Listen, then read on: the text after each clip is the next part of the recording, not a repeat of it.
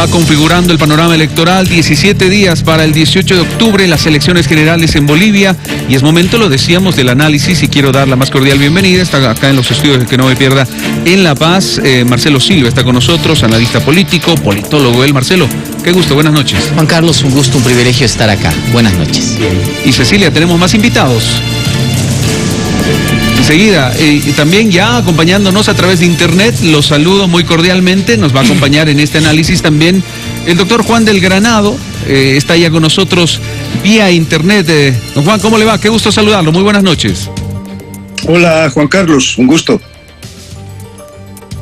Igualmente, enseguida vamos a ir entonces con don Juan del Granado, que nos acompaña en este análisis. Marcelo, 17 días... y las campañas se están intensificando, pero quiero comenzar con algo que ha llamado la atención y ha repercutido hoy esta jornada, una concentración del movimiento al socialismo en Oruro, donde han surgido algunas voces en el discurso que, no sé, preocupan y están marcando lo que va a ocurrir después de las elecciones. Se habla nuevamente de, fraude, y si no se respeta el voto, nuevamente calles tomadas por parte, en este caso, del MAS. Sí, es algo que debe preocupar. Desde hace bastantes días, Juan Carlos, ando mencionando que es muy importante ver el horizonte postelectoral, ¿no? No solamente lo que nos resta hacia el 18 de octubre, sino qué es lo que va a pasar después del 18 de octubre. Me parecía importante que el órgano electoral en su momento sea, con los organismos, las instancias internacionales que nos están acompañando como veedoras en el proceso electoral, sea el propiciador de un encuentro de líderes políticos y de partidos políticos con un objetivo central. Y ese objetivo central es firmar un documento o llegar a un acuerdo, por lo menos, de respeto a los resultados del 18 de octubre. Esta efervescencia de campaña electoral y todo lo que estamos viviendo no nos ha permitido ver qué es lo que va a pasar después del 18 de octubre. Y entre más se acerca la fecha de elección, el ambiente está embravecido. Por supuesto que hay muchas cosas en juego. No es una elección ordinaria, es una elección extraordinaria, porque Bolivia se juega muchas cosas, y por lo tanto existe siempre el temor de que, ya sea cualquiera de los ganadores o de los perdedores, no existe una aceptación al resultado. Por eso me parece fundamental, y creo que el órgano electoral está a tiempo, con los organismos internacionales, la cooperación que nos está ayudando muchísimo en el ámbito de servidores, la Iglesia Católica, otras instancias que pueden ser importantes, a reunirse con los candidatos, con los líderes de los partidos políticos, y firmar este acuerdo de respeto a los resultados del 18 de octubre. Me parece central, precisamente para evitar este temor que no solamente de este día, sino que bajo la lógica absoluta del análisis puede ser real. Bien, estamos compartiendo este análisis a nivel nacional. Cecilia Bellido ya también nos acompaña. Cecilia, nos encontramos con Marcelo Silva y don Juan del Granado. Gracias, Juan Carlos. Solucionados unos problemas técnicos que teníamos desde Santa Cruz, nos sumamos plenamente a la entrevista, saludando a don Juan del Granado, agradeciéndole también desde Santa Cruz y para todo el país que nos pueda acompañar esta noche. Don Juan, Marcelo, me presento nuevamente y lo saludo aquí en el programa. Marcelo planteaba en este 1 de octubre, don Juan, que es necesario, antes de llegar al 18 de octubre, firmar un gran acuerdo de respeto a los resultados del día de la elección. ¿Qué opina usted al respecto? ¿Y qué opina de cómo estamos a 17 días de llegar a esta fecha tan importante para todos? Hola Cecilia, mucho gusto. Mira, es una propuesta interesante, de muy buena fe, que pudiera efectivamente mejorar un ambiente o crear un ambiente de mayor confianza y de mayor tranquilidad en una ciudadanía polarizada. Pero la verdad es poco probable, poco factible. Por lo menos dos fuerzas importantes han puesto en tela de juicio, en mi criterio de manera equivocada, han puesto en tela de juicio la solvencia de nuestro Tribunal Supremo Electoral. Por un lado, el MAS, que en los últimos días ha estado hablando de fraude. Claro, no hay posibilidad de fraude, por lo menos en los términos que conocemos, al margen de un tribunal electoral. Entonces, claro, el MAS o sus candidatos han estado descalificando al Tribunal Supremo Electoral. Me imagino que no van ellos a concurrir a ningún tipo de evento para suscribir una confianza respecto a la administración del proceso electoral. Y también, lamentablemente, el señor Luis Fernando Camacho ha estado cuestionando reiteradamente la consistencia del Tribunal Electoral. Bueno, entonces ahí tenemos ya dos fuerzas importantes, las dos que me imagino van a inviabilizar la posibilidad de este acuerdo, que sería importante, sería interesante, pero a estas alturas me parece medio candoroso plantearlo.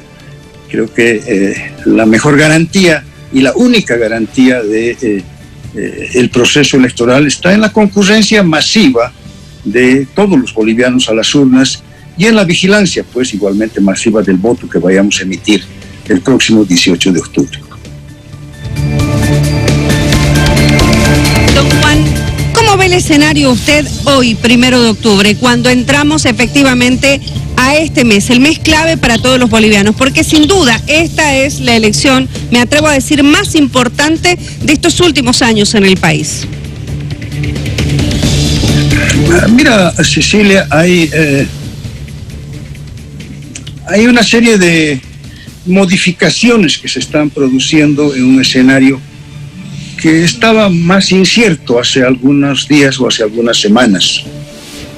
Hay dos factores inmediatos, vigentes, que están produciendo estas modificaciones que pueden efectivamente cambiar ya el escenario electoral en el curso de estos días. Un factor es sin duda el factor que hace a la declinación de la candidatura de la presidenta constitucional interina. Lo llamaría yo el factor Janine, ¿no? Y el otro factor es el factor temor, el temor que genera el MAS o sus candidatos. Hace un momento hacían referencia ustedes a estas concentraciones, creo que en el día de hoy en Oruro, donde los candidatos del MAS, de manera absolutamente equivocada, están aumentando este factor temor.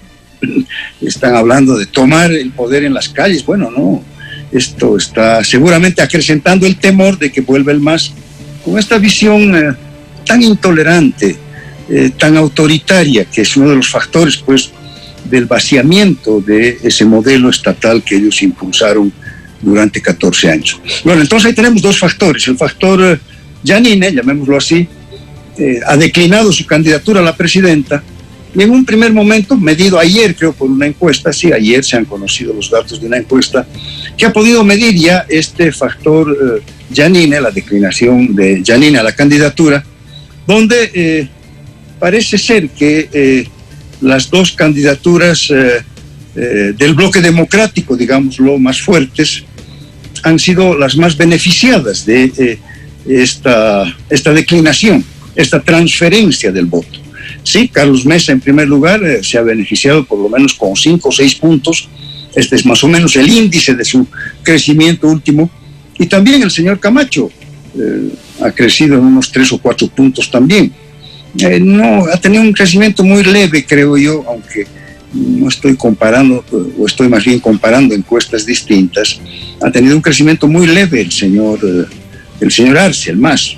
Bueno, entonces esto está indudablemente empezando, te decía Cecilia, Juan Carlos, a reconfigurar el escenario, a cambiarlo. Esta posibilidad de que el MAS, con los votos válidos de una minoría, pero muy activa, muy compacta, muy militante, que esa minoría con los votos válidos gane en primera vuelta, está alejándose. Parece una posibilidad muy poco probable.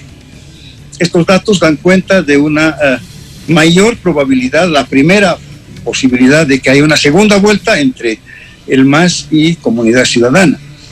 Hay una posibilidad no tan marcada de que esa segunda vuelta más bien la protagonicen el señor Arce y el señor Camacho. Y una posibilidad muy lejana es de que esa segunda vuelta la protagonicen Carlos Mesa y Luis Fernando Camacho. Bueno, esto en primer lugar, ¿no? El factor Janine creo que de esta manera ha operado en esta modificación de los datos electorales últimos.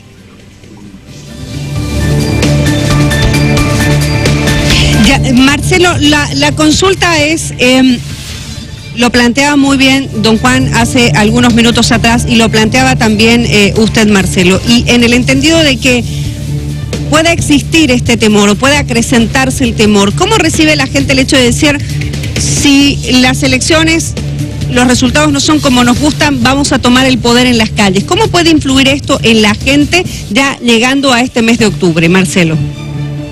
Lo peor que se puede generar, Cecilia, en los ambientes previos electoralmente y por supuesto que puede repercutir en el ámbito postelectoral, es decir, después de realizar la elección, es la incertidumbre. Mucha gente que, por supuesto, tiene el temor a lo que pueda pasar, especialmente teniendo cercanos, por supuesto, los recuerdos de lo que ha sucedido el año pasado, ¿no? Precisamente días que han sido de agobio, de intranquilidad, de tensión social extrema, y por supuesto creo que esto incomoda a la ciudadanía, pero además la saca de la rutina de tomar una nueva normalidad. A esto le pondremos el hecho de que el país está, por supuesto, intentando entrar a una nueva normalidad, y esa normalidad, entre comillas, puede verse interrumpida en el ámbito económico, en el ámbito del despegue de las actividades normales, por un efecto absolutamente político. Pero permítame medir la importancia del tema de elecciones. Las elecciones, por supuesto, no resuelven los problemas centrales del país. Lo tendrá que empezar a hacer el próximo gobierno, que en los hechos, Cecilia, Juan Carlos, va a ser un gobierno de transición. Históricamente, en los tiempos medibles, ese realmente va a ser el gobierno de transición histórica.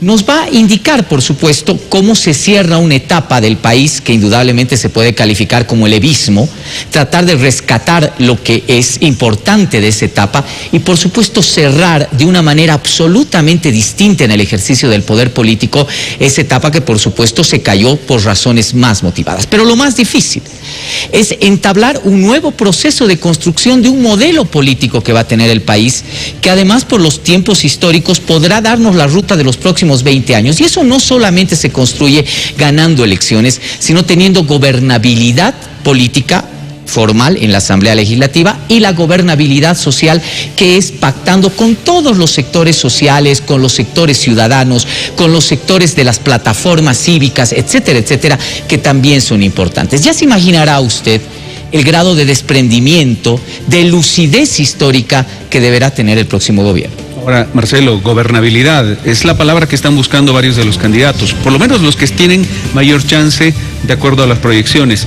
¿Cómo se consigue esa gobernabilidad a 17 días de las elecciones y con este panorama ya casi configurado?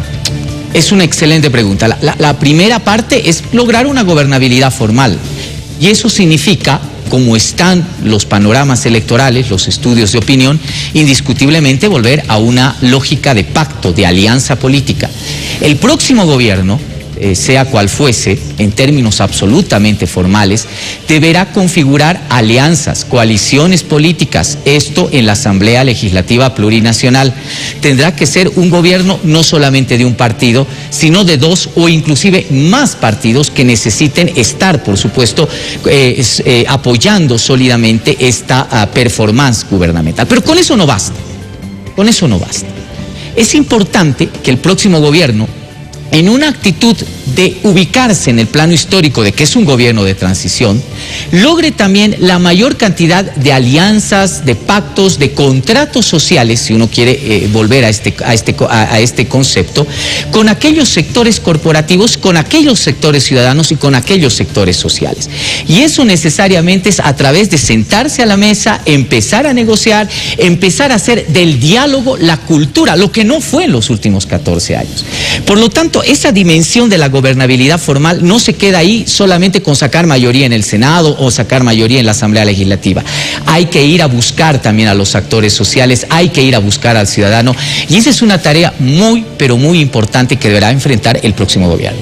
Juan del Granado, usted con la experiencia política que tiene, lo sabe, es muy difícil en determinada circunstancia encontrar consensos, pactos, alianzas para determinado propósito. Es complicadísimo y así lo ha mostrado a lo largo de los últimos años en nuestro país, las mayorías imponiéndose a las minorías básicamente, pero el panorama se está configurando de diferente manera. Los candidatos están buscando gobernabilidad, están buscando en la Asamblea tener una mayoría siquiera. Parece que no va a ser tan fácil, no lo van a conseguir. ¿Es sano volver a esos pactos que en el pasado se los veía mal, esas alianzas democráticas que se las llamaba de todas formas y se las veía muy mal? ¿Cómo ve usted el panorama? Una puntualización previa. Y es que les hablaba del factor, del efecto Giannini con motivo de la declinatoria de la candidatura. Pero el otro factor o el otro efecto que está modificando el escenario electoral es el factor o el efecto temor al MAS. Y a diferencia de lo que dice Marcelo, yo creo que más bien está consolidando una certidumbre antes que incrementar la incertidumbre. Está creando una certidumbre.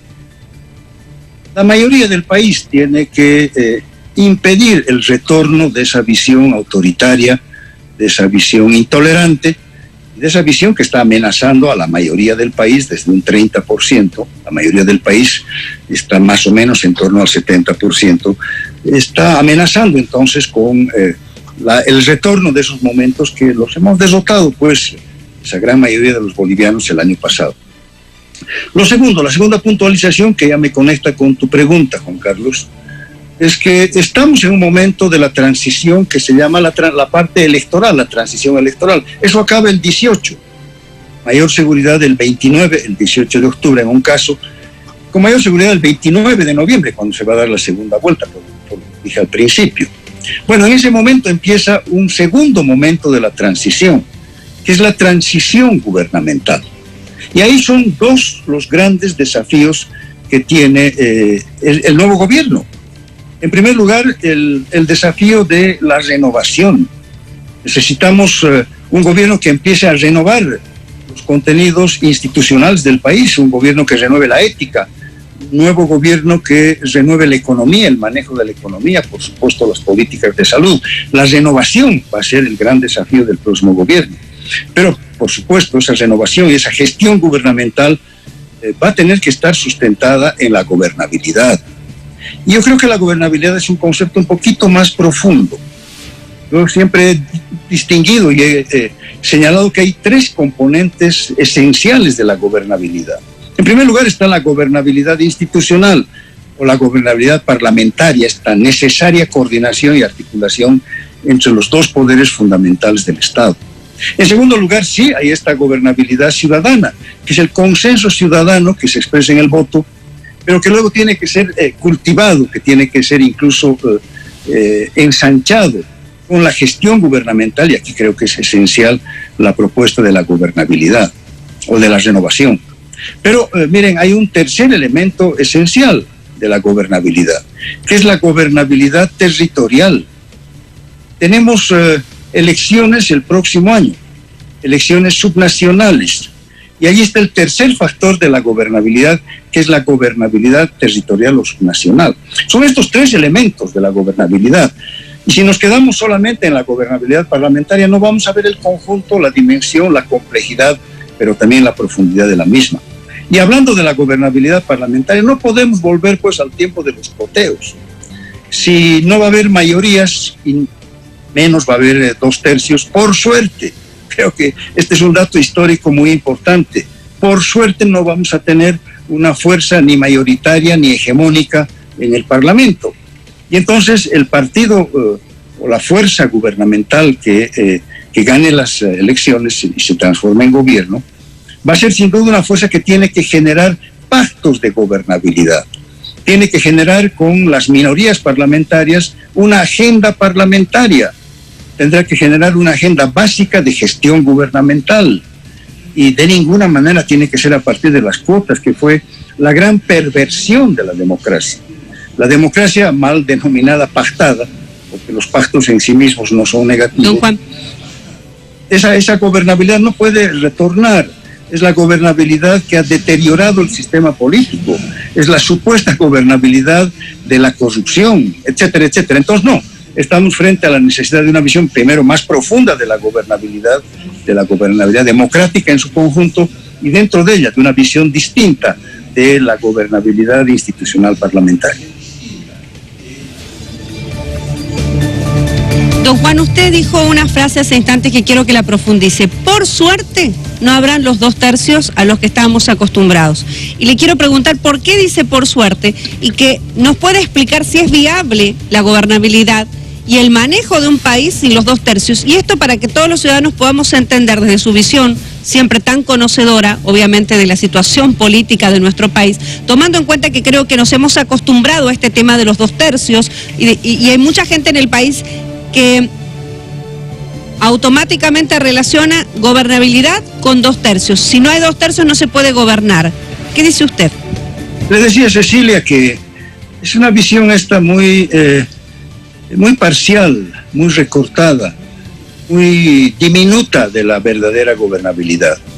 La gobernabilidad democrática es sin duda la gobernabilidad o tiene que ver con los factores de la gobernabilidad institucional, la gobernabilidad parlamentaria, las mayorías parlamentarias que se construyen si es que no hay la mayoría de una fuerza política en una o en las dos cámaras. Decía, por suerte no va a haber esa mayoría. Por suerte porque los partidos políticos, las fuerzas políticas que lleguen al Parlamento bajo la conducción del gobierno, que va a ser la primera fuerza, supongo, dependiendo de la primera y de la segunda vuelta, bueno, esa mayoría tendrá que articular desde la gestión ejecutiva un acuerdo parlamentario o varios acuerdos parlamentarios. Le decía a Cecilia, a partir de una agenda parlamentaria común, una agenda que tenga que ver con los intereses principales del país y también una agenda gubernamental ejecutiva que tenga que ver con el programa de gobierno por el que se votó mayoritariamente en las urnas. Pero esta gobernabilidad no se acaba ahí. La gobernabilidad tiene que ver, le decía Cecilia, con la gobernabilidad ciudadana, con la gobernabilidad social, o sea, con el apoyo, con el acompañamiento de la gente, de la mayoría del país, que va a estar exigiendo la solución de sus problemas, que va a estar vigilante a la solución de sus problemas y que va a estar muy crítica a la acción gubernamental que no atienda esos problemas. Y le decía también, hay una tercera gobernabilidad, que es la gobernabilidad territorial, la gobernabilidad subnacional. Una vez que se definan pues las elecciones subnacionales o las elecciones subnacionales definan la titularidad de las principales alcaldías, de las principales gobernaciones y sin duda configuran finalmente el año 2021 el cuadro institucional nacional y subnacional definitivo. Marcelo, ¿es viable una Bolivia, es viable y gobernable una Bolivia sin 2/3? Cecilia, primer elemento que usted le preguntaba a don Juan del Granado y que quiero poner con ejemplos históricos. Es importante no satanizar la palabra pacto, la palabra acuerdo. Y creo que eso es algo muy importante. Es mejor a veces llegar a pactos y acuerdos que imponer. Por supuesto, siempre es mejor en democracia. Quiero recordarle que tenemos Defensoría del Pueblo gracias a acuerdos políticos.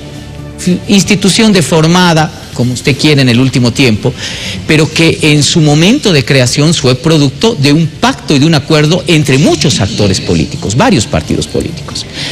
Tuvimos una Corte Nacional Electoral intachable, ¿no? Producto de acuerdos políticos, de partidos políticos, de actores políticos fundamentales, que decidieron decir, señores, dejemos de politizar la Corte Nacional Electoral y elijamos a notables. Hemos tenido la creación del Tribunal Constitucional, que en concepto, por supuesto, es un concepto increíble, alguien que controle la constitucionalidad.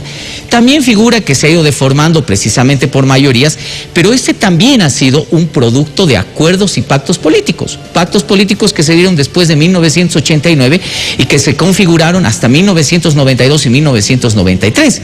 La elección de diputados uninominales, por ejemplo, también es producto de un acuerdo y de un pacto político. Es decir, hay muchas cosas en la estructura política que hoy tenemos y que indudablemente son buenas en concepto, que han sido producto de acuerdos políticos. El problema es cuando el pacto político se convierte en contubernio. Y el contubernio establece una repartija de cargos, de pegas, de dádivas del poder político a cambio de los apoyos o a cambio de participar en ese acuerdo político. Ah, yo te apoyo, pero me das 3 ministerios. Ah, sí, yo llego al acuerdo contigo, pero me vas a dar esta cuota. Oh, no, un ratito, vamos a intercalar esto, pero me vas a apoyar en la elección subnacional. Ese es el problema que tuvo la democracia pactada. Pero además algo que me parece importante, y es de que se volvió en un espacio absolutamente reducido. Es decir, los pactos políticos sustituyeron la voz de en realidad los actores sociales. Y entonces se volvió una especie de oligarquía, es decir, nosotros pactamos y nos olvidamos de lo que la gente piensa. Creo que esos son los 2 elementos que deben estar desterrados de esta nueva lógica de pacto y de acuerdo que va a necesitar el próximo gobierno. Y para ello, por supuesto, necesitará una nueva vía, una nueva conducta de comportamiento ético en la política. Lo que los bolivianos están esperando no es la repetición de las mismas conductas con diferentes actores. Lo que está esperando el boliviano del próximo gobierno es nuevas conductas, por supuesto, con un nuevo gobierno que te establezca parámetros distintos de concebir la política. Ahora, Marcelo, en ese sentido y en ese contexto, ¿cuál es tu criterio con relación a el voto de oro o los votos de oro? Porque se dice, hay algunos participantes de estas elecciones, algunas candidaturas que están apuntando a eso. ¿Será así? ¿Y será así de importante, tomando en cuenta prácticamente empate entre fuerzas y los famosos votos de oro? ¿Llegará esto a la asamblea, a la configuración de la próxima asamblea? Indudablemente que van a haber votos valiosos. Como se está configurando el escenario electoral, como están yendo indudablemente algunos estudios de opinión, vamos a tener una asamblea que va a necesitar de acuerdos y de pactos políticos, y como probablemente tengamos 3 partidos con una presencia parlamentaria importante, es necesario que por lo menos pacten 2 de ellos. Y en ese momento, por supuesto que hay socios importantes. Lo que esperamos de estos socios importantes del próximo gobierno es que también tengan esta lógica nueva de conductas. O sea, no solamente basta el pacto en el ámbito de afinar proyectos políticos, en el afinar espacios parlamentarios, espacios en el Ejecutivo, etcétera, etcétera, que espero que no se repita, sino también algo muy importante: concuasar, sintonizar actitudes y comportamientos nuevos en el ámbito de la política. Tenemos que revalorizar la política, y eso también es importante para pactar. Yo no puedo pactar con alguien que no está revalorizando el papel de la política, que no tiene una nueva concepción de la política.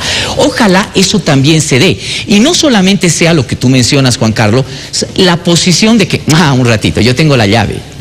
Y como yo tengo la llave, ahora se les va a hacer lo que a mí me dé la gana. Espero que eso no se repita. Por supuesto, puedo caer en una ilusión, pero pienso también que esta es la esperanza que tenemos todos los bolivianos, de que esos comportamientos desaparezcan.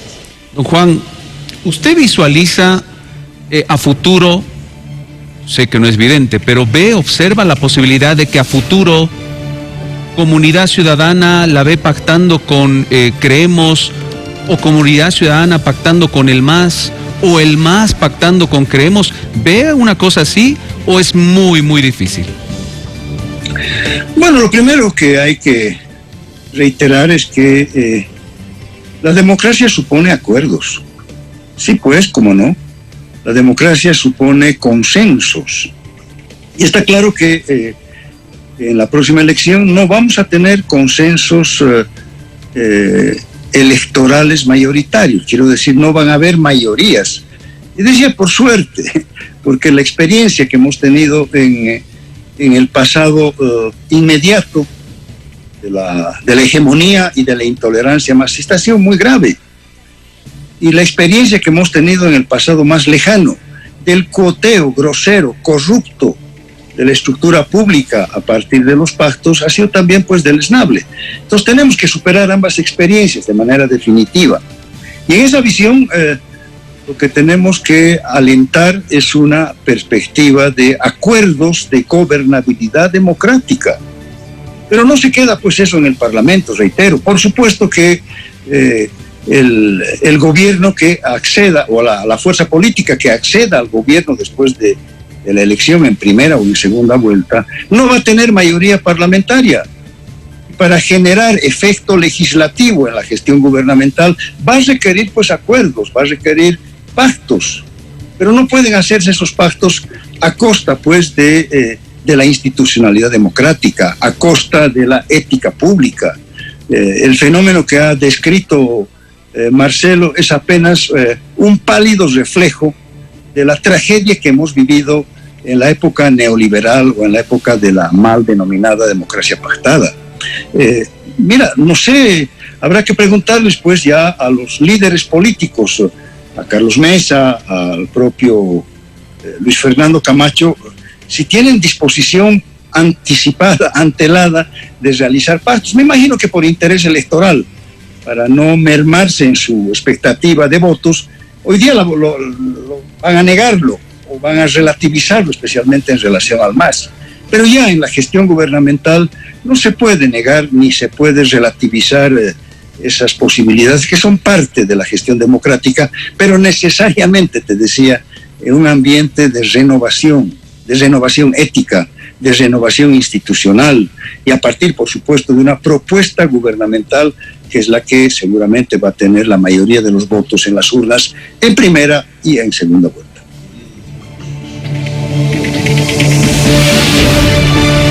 Marcelo, esta noche hemos hablado de gobernabilidad, de pactos, de no satanizar los pactos. Don Juan ha dicho, por suerte no habrá esta mayoría que no le ha hecho mucho bien o no le ha hecho bien al país en estos últimos años. Mi pregunta, Marcelo, es si actualmente la visión que usted tiene, ¿cómo ve Bolivia en este marco, la democracia en Bolivia en este escenario y en este marco actual? Bolivia en este momento tiene un mejor escenario político, estamos más maduros, es decir, esto que hoy estamos viviendo, de que la gente puede emitir su voto, de que no existan estas mayorías prácticamente de acuerdo a las proyecciones en la Asamblea Legislativa como se vislumbraba hace algunos años atrás, ¿le da un mejor escenario político a la democracia en el país, Marcelo? Soy optimista, Cecilia, soy optimista, porque yo también comparto plenamente el hecho de que no vamos a tener ni siquiera la posibilidad de una mayoría simple en la Asamblea Legislativa, ¿no? O una mayoría absoluta en la Asamblea Legislativa. Mucho menos pensar en los 2/3. Por lo tanto, esos escenarios se van a revalorizar. Sé que no bastan, lo he mencionado con mucha nitidez, hay que ir a buscar la gobernabilidad social, la gobernabilidad ciudadana, pero creo que la posibilidad, la estructura de oportunidad de revalorizar lo político está dada. Primero el debate. Queremos una Asamblea Legislativa plurinacional que sea el eco fundamental de los debates más importantes que tenga el país, porque al final muchas de esas decisiones importantísimas van a pasar por ese espacio. Y sería importante que el uso de la palabra, el debate, que siempre es bueno en el ámbito del conocimiento, de la socialización de la sociedad, en el ámbito de decisiones importantes, sea riquísimo. Y no tengamos una punta de levantamanos que lo único que nos digan es: el jefe me ha dicho que levante la mano y punto. Sino exista una revalorización del debate parlamentario, que es fundamental. El segundo elemento es el hecho de que otra vez afloren fundamentalmente la idea de estrechar lazos de representación con la sociedad. Cuando usted tiene una asamblea donde cada voto puede valer, cada presencia puede valer, cada intervención puede valer, es indudable que el representante, el actor político, va a buscar siempre tratar de revalorizar ese papel de representación acercándose. Hay diputados uninominales que nunca más visitaron su circunscripción. Hay representantes que nunca más se acordaron de lo que dice la gente. Están simplemente actuando por una orden y esa orden es irrebatible porque había que levantar la mano. Esperemos que estos elementos revaloricen la práctica política y eso nos lleve, insisto, a un marco fundamental de actuación que revalorice también la conducta política. Es decir, otra vez la ética, la acción del político sea una acción de ejemplo a la sociedad. Creo que hay una estructura de oportunidad ahí, ojalá se la tome. Por eso yo le decía, y con esto cierro la idea, ojalá que quien gobierne el país se dé cuenta, pueda visualizar la importancia que va a tener su gobierno. no solamente porque estamos saliendo de la pandemia, no solamente porque tiene que enfrentar una crisis de gobernabilidad, no solamente porque hay crisis económica, no solamente por varios factores tangenciales o epidérmicos, sino porque el país quiere romper una etapa distinta, o más bien quiere romper una etapa y construir una etapa distinta conductualmente en el ámbito del manejo de la política.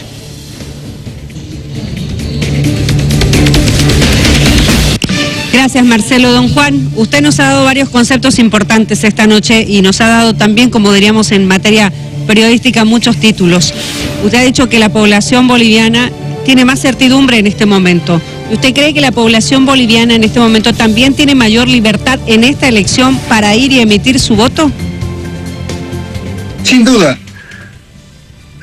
Sabiendo que el factor temor opera de una manera especial en los momentos preelectorales, ¿no? Me imagino que en las áreas urbanas, donde hay sectores inclinados al MAS, la gente, con motivo de los sondeos de opinión, con motivo de las encuestas, prefiere no decir su voto. Que claro, hay un sentimiento y hay una opinión mayoritaria en contra del MAS. Me imagino que muchísima gente o mucha gente en las áreas rurales que está en contra del MAS tampoco se anima a pronunciarse en ese sentido por temor a la censura que pueda producirse en su contra en el seno de la comunidad. Pero bueno, esos son elementos propios de nuestra realidad y mucho más en un proceso tan polarizado. Peor si venimos de un momento tan difícil, el fraude, la fuga, el desconocimiento de la voluntad popular, los muertos, los enfrentamientos. Bueno, entonces estamos en un ambiente muy complejo, pero yo creo que sí, estamos en un ambiente de plena libertad. Y por mi parte yo creo que estamos frente a un tribunal electoral que nos garantiza la elección transparente, que nos garantiza la elección confiable, el respeto institucional a nuestro voto desde el Tribunal Supremo Electoral. Por supuesto, ahí habrá que tener especial cuidado con los efectos negativos de la pandemia que pueden restarnos presencia en las urnas.